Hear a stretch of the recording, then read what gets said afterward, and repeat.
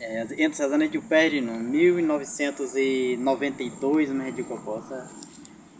Tá que você só 3 meses, só que eu vou primavera e que eu vou ir. Aí arma essa, zorar céu.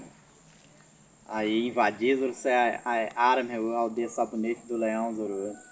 Aí ele arride que você rara, morador né, parente né, tuteiro né, rumui, rede que você algemade que eu vou no. E aí armas por conta de toda a de apó maquera é hora acontecer maquera é hora serrar não mano peça aí parente você mas é os de que eu não parente se aprontar eu não se pintar eu mas parente resolveram se armar do jeito deles mesmo sem arma de fogo com isso sem que caraiu a mucar e usava você os ouro a enfrentava mas e aí se pintar de copoa pintados para a guerra contra os fora da lei. A arma.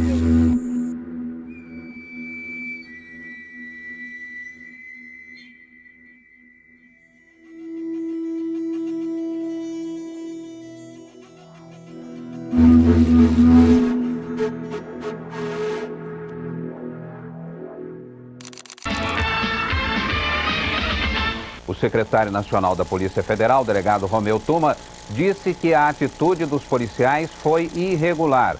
E eu quero falar aqui, né, um pouco de todo acontecimento, né, que ocorreu naquela invasão da Polícia Federal, né, em 1992, aqui na aldeia Sabonete do Leão. Um dia antes, né, desse ocorrido, abordaram um rapaz por nome Severino. Tudo isso, né, em nome de uma droga que por eles foi dito como rachixa, né, na época. Esse rapaz ele não era indígena, ele era andarilho aqui na região, perambulava, sumia uns tempos e depois reaparecia. E aí o pessoal da polícia vem junto com ele, né? Se deslocam para nossa aldeia. Mas o que a gente não sabe explicar direito se ele chegou ao ponto de entregar esse material para a polícia, isso a gente não sabe porque eles eram um negócio deles para lá, né? Fora do nosso convívio aqui na aldeia. O pessoal da polícia, né, falaram que no dia seguinte estariam vindo de novo, sendo que a gente não tinha nada a ver, não sabia dessa situação desse rapaz por nome Severino.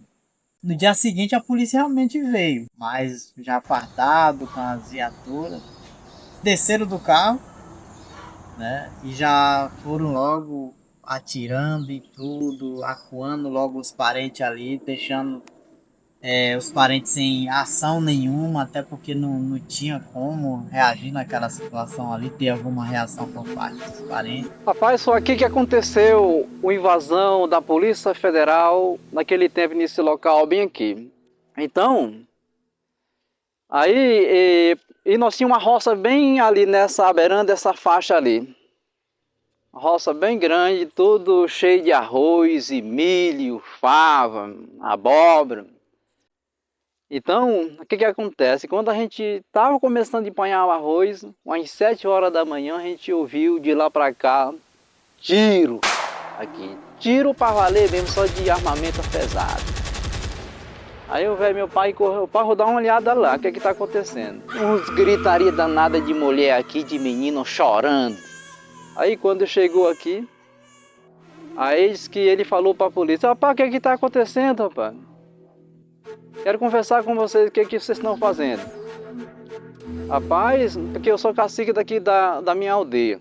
Rapaz, cacique é esse daqui. Aí a polícia foi dando logo com encoronhado de metralhadora na cabeça dele. E o velho foi, já é um velho já de idade, foi preciso saquetar para a polícia e algemaram ele. É cacique nada e falar pra ele. E tu também filho de rapariga, falaram assim. Aí arriaram aqui 2 mãos aqui nos ouvidos aqui, que eu fiquei, não escutei mais nada. Que pegaram ele de coisa, corona de metralhadora, que espingarda, que arma é muito pesada, que sacaram ele no pé do vidro dele, nos peitos dele, que rolou em 3 vezes. Era muito tiro aqui na nossa aldeia, não tomaram de conta em nossas barracas. Mataram o nosso cachorro, que dava sustento na nossa, para nós, aqui na aldeia, pegando tatu, pegando viado, cachorro. Passaram pau nele. E mataram esse cachorro. Um índio mais velho manda um dos agentes mudar de posição e joga sobre ele um cachorro que foi atingido pelos tiros da polícia. Este índio faz o mesmo com outro agente. Porque eles andavam procurando esse negócio de haxixe. Nós mesmo nunca ouvimos falar esse negócio de haxixe. Pois é, foi a primeira vez que a gente ouviu falar nesse negócio. Isso que é uma droga. Cadê haxixe? Nós não conhecemos haxixe. Né? Foi nesse haxixe que nós ganhamos muito. Não sabia mesmo, né? Nem nós tinha.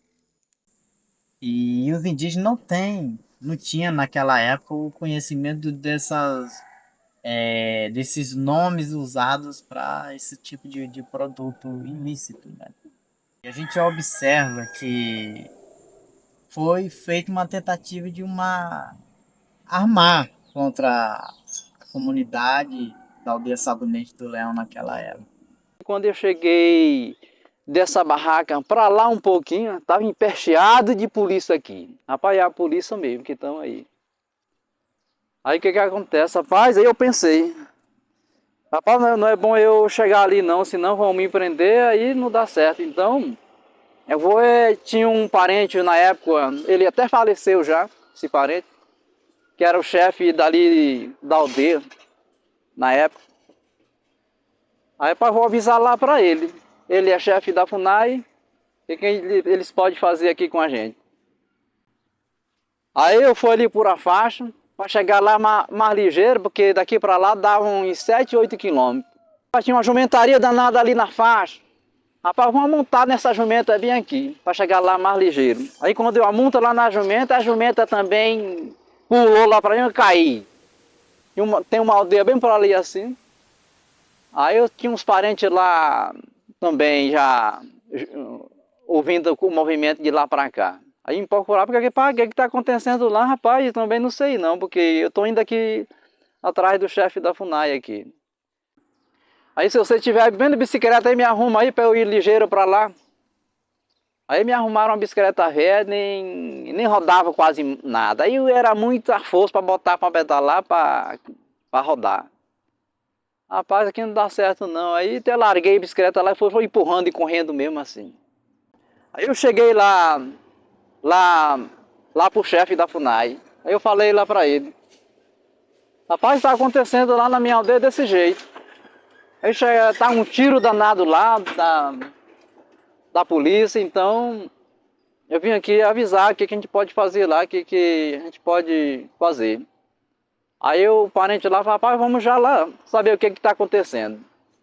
Aí o carro também ele não tinha só um trator. Aí eu juntou lá uns parentes, aí subiram na carroça do trator, aí viemos de lá para cá. Isso já era uma base de umas 2 horas para 3 horas. E nessa hora, o que é meu irmão Francisco, aí foi o jeito ele foi chamar os parentes ali no coqueiro, avisar eles lá, né? Que a polícia tinha chegado aqui, tava. Sei que dá, eu acho que já mataram por lá. Chegou lá, relatou o problema, relatou o ocorrido. No qual ali os parentes se comoveram, né? Com o relato dele ali naquele momento. E houve uma mobilização, né? Por parte dos parentes dessa aldeia. E isso sem nenhuma arma de fogo. E sem nenhuma esperança se iam ter sucesso no diálogo, na conversa ou não. Aí tinha umas 2 primas minhas aqui na época. Uma até faleceu.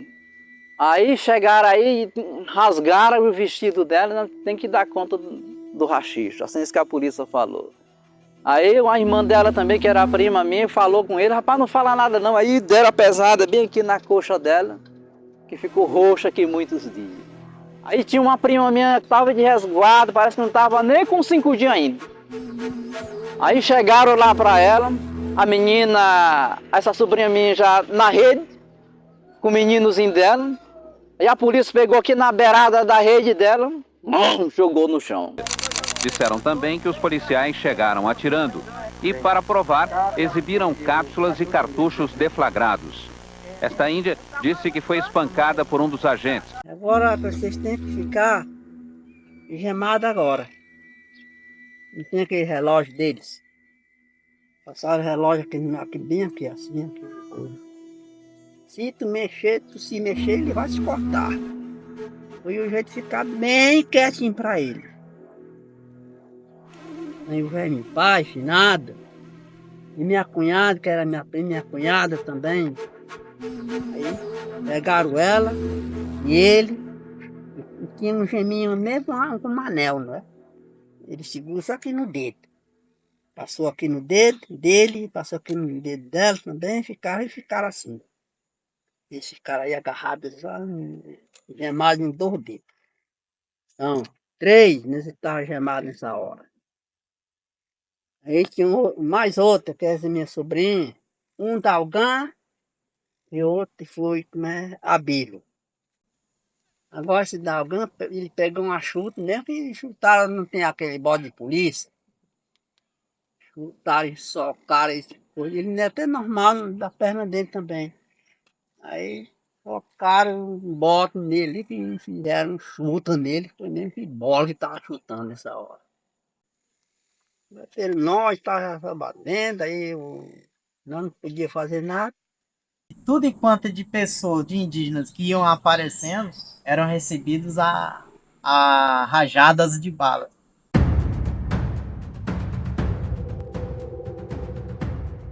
Quando a gente chega ali, o parente que era o chefe da FUNAI, aí tava aqui a Polícia Federal aqui.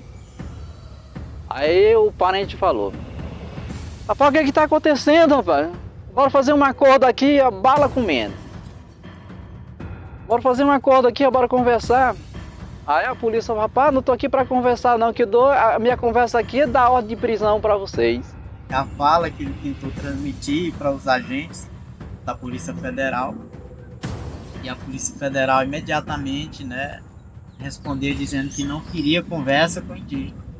A conversa que eu tenho para indígena aqui é voz de prisão. Vocês têm que ficar aqui, nós vamos sair com vocês de tarde, Imperatriz, lá que vocês vão ficar presos. Aí a polícia foi pro rumo da gente aqui. Aí os parentes também, rapaz, se for para brigar, então vamos brigar agora. Rapaz, bora conversar, bora fazer acordo. Rapaz, meu acordo aqui é o que eu já falei, é ordem de prisão, ou tirem vocês. Se vocês teimarem, então vou começar a matar índio agora. Assim a polícia aí caminhando pro rumo da gente.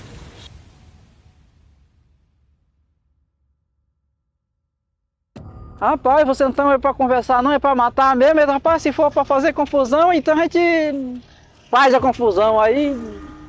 Envararam e foi aí também, porrada para cima deles aí até que conseguiram desarmar. Os índios de uma aldeia Guajajara enfrentaram os agentes, tomaram as armas e bateram neles com porretes.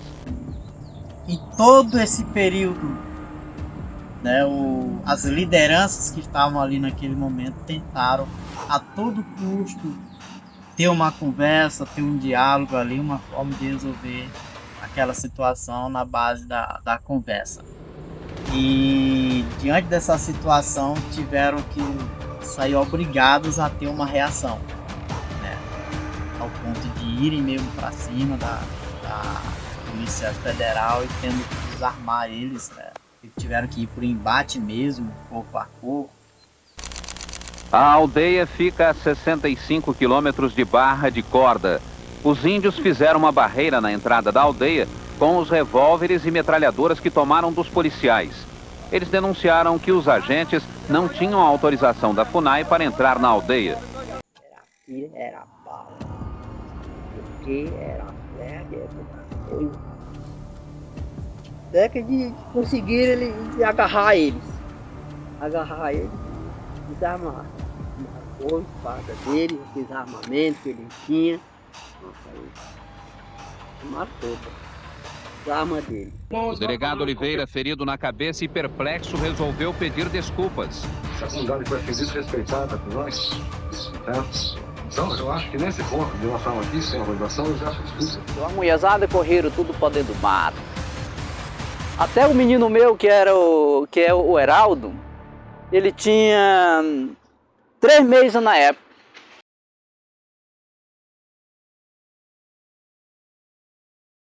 Aí nessa época o Heraldo estava dormindo na rede. Aí quando eu escutei esse movimento, eu olhei para fora, saí. A polícia era para todo lado. Tomava as portas, aí corri para dentro para pegar ele.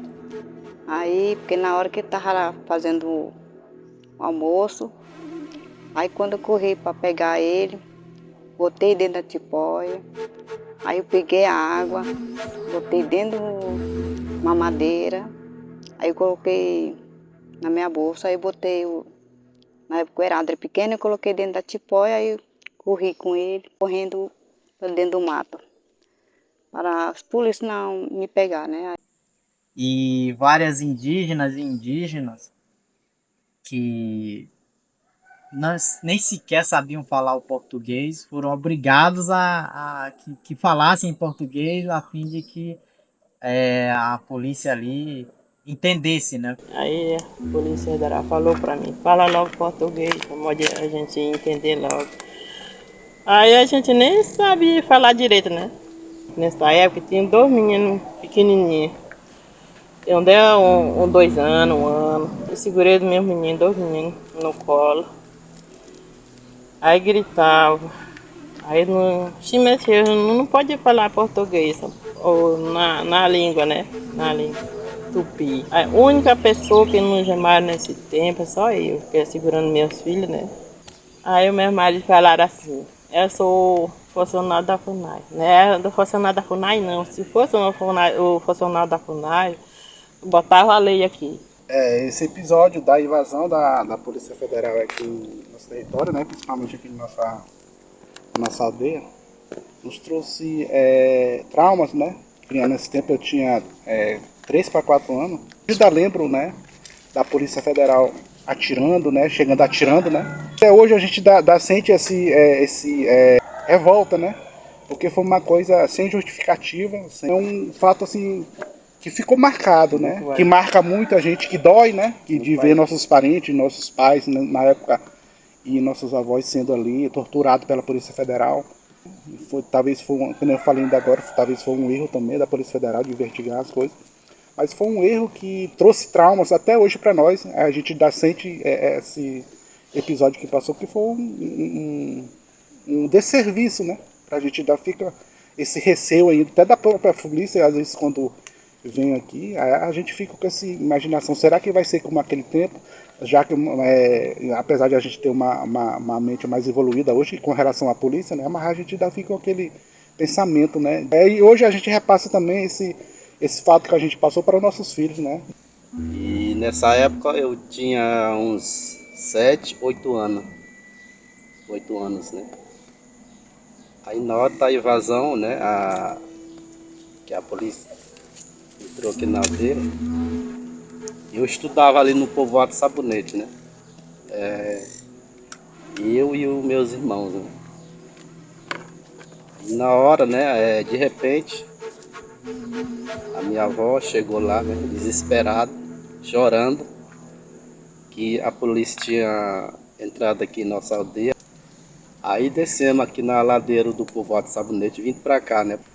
Aí no momento quando a gente estava descendo ali na estrada, né, na ladeira ali do colégio, né, nessa hora a polícia viu nós vindo e começaram a atirar por rumo de nós, né. Aí depois eles pararam de atirar, né. Aí chegamos aqui e encontramos, né, graças a Deus que todo mundo estava não tinha acontecido o pior, né? A justiça tem que chegar aqui para fazer um atendimento, efetuar um trabalho sério, não do jeito que eles chegaram a fazer, algemar os índios, bater nas índias, rasgar a roupa dos índios, bater nos índios pequenos. Tudo isso foi ridículo, foi demais, foi fora da lei.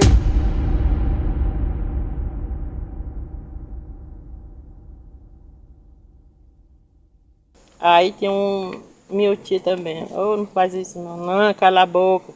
Eles falaram assim pra ele, cala a boca, velho. Aí eles falaram assim pra ele. Aí depois, eu sou crente. Não sou, tu não é crente. Se fosse crente, dava a lei aqui. Mas Deus vai responder se vocês fizeram aqui pra nós. Então, desse jeito meu tio falaram pra ele. E porque Deus faz coisa que os homens, quando não pode resolver mais, aí Deus ele entra. Agora é comigo. Um dos nossos anciãos naquele momento ali falou que o mundo espiritual, né, que Deus iria dar um jeito ali de tirar a nossa família, a comunidade da nossa aldeia daquela situação complicada e difícil, né? E por conta disso, acredito que realmente teve a intervenção do mundo espiritual mesmo. Porque comparado a toda a estrutura, os armamentos que a Polícia Federal usava ali naquele momento, para vir vários indígenas desarmados e chegar ao ponto de desarmar, realmente a gente chega a entender que houve intervenção do mundo espiritual diante dessa situação. Quando foram desarmados, aí os índios se vestiram todos com colete de bala. Pois é, e armamento que foram tomados deles. Pois é. Aí, porque eles andavam com 2 Toyotas e um não furaram o pneu. Aí subiram cheinho lá pro povoado. Após o desarmamento, os indígenas pegaram as viaturas, tinha indígenas que sabiam dirigir, né? Pegaram os fardamentos, os coletes à prova de bala, os armamentos. E eu sei que andaram desfilando nos povoados vizinhos aqui.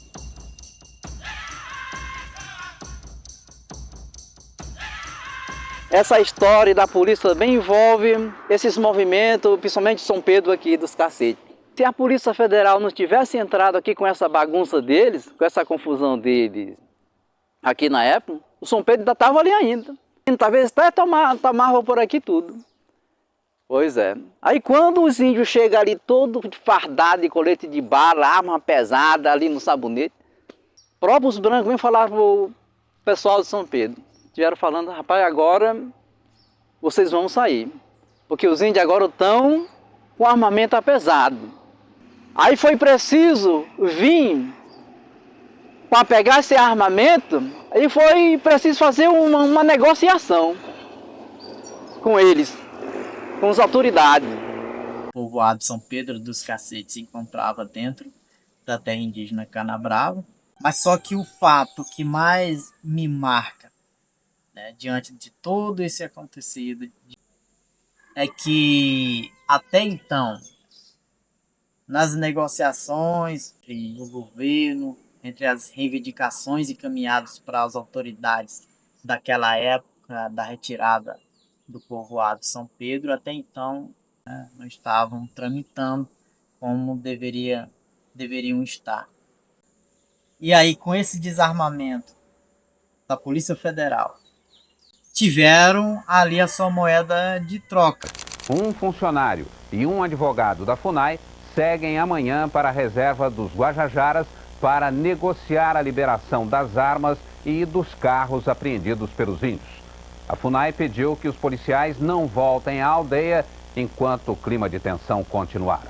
O governo retire o povoado e em troca daremos isso aqui. E aí todo esse ocorrido que repercutiu, né, nos meios de comunicação daquela época, né, isso chamou a atenção das autoridades.